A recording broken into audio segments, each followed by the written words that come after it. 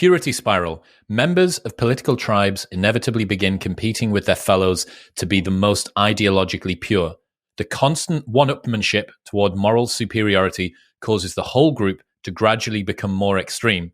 For example, Maoist China or Twitter echo chambers. Nice that you drew the correlation between those two there.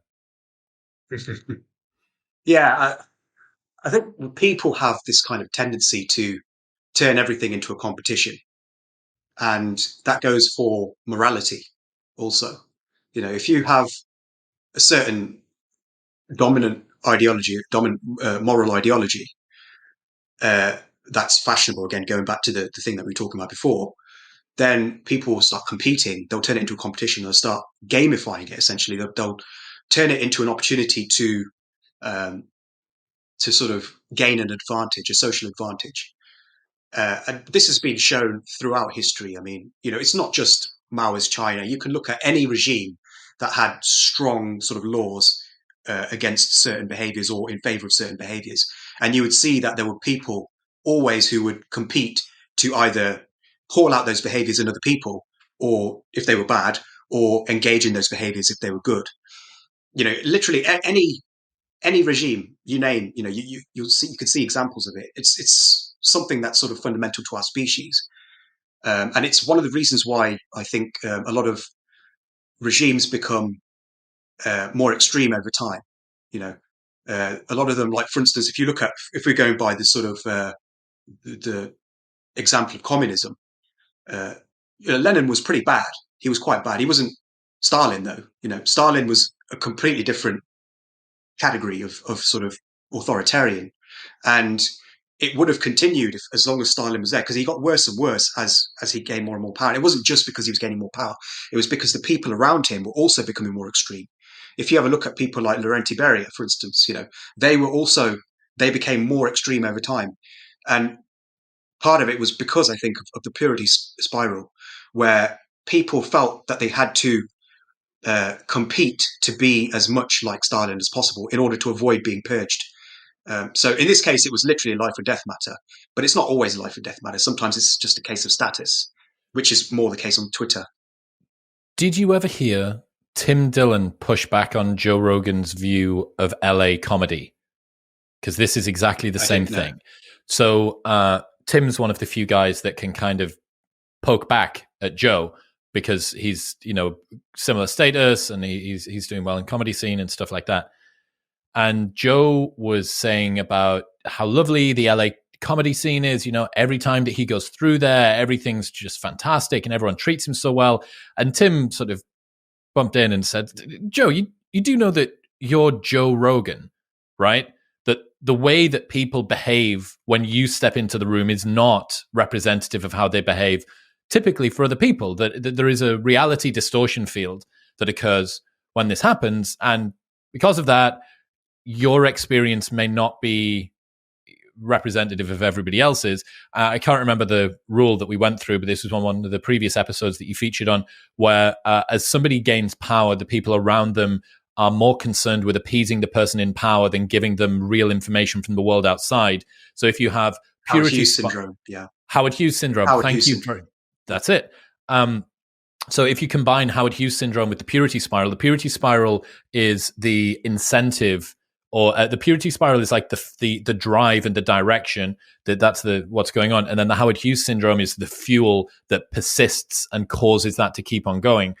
One question I've got in my mind is, what sort of environment would engender a more purity spiral like situation? What are some of the predictors of a purity spiral, do you think? So there need to be rewards, incentives, basically, for that kind of behavior. There need to be rewards for extreme behavior. So, if you look at, say, Twitter, for instance, there are rewards to acting. If you're like in right-wing circles, for instance, then there's an incentive to act based, and if you're in the left-wing circles, then there's an incentive to act woke, because other people will see you as a sort of paragon of what they believe, and then they'll want to retweet you and say, oh, this person. If you're based, for instance, people will say this person doesn't give a fuck. He's got basically he's sticking it to the libs, he's triggering the libs or whatever. And vice versa with the left, they'll be like, this person is calling it out, like calling out injustice or whatever, blah blah blah. So there's got to be some sort of social reward for engaging in more extreme behavior than your peers. That's the first rule. And another thing is, this is probably an even better incentive, would be that if there's a punishment for not acting more extreme, and this is more to do with the sort of Stalinist kind of element of things. So if you look at the purges, for instance, in fact, there's an even better example than that. If you look at, there's a very famous video of Saddam Hussein where he basically is in a room filled with people, and he basically says that he's uncovered a plot. This was shortly after he assumed power. It was shortly after he assumed control in Iraq.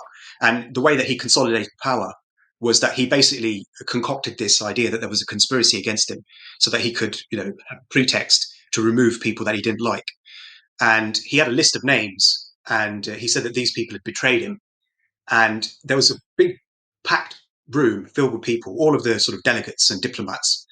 And one by one, he called out the names of the betrayers, and they were led out of the room to their deaths. They were basically executed.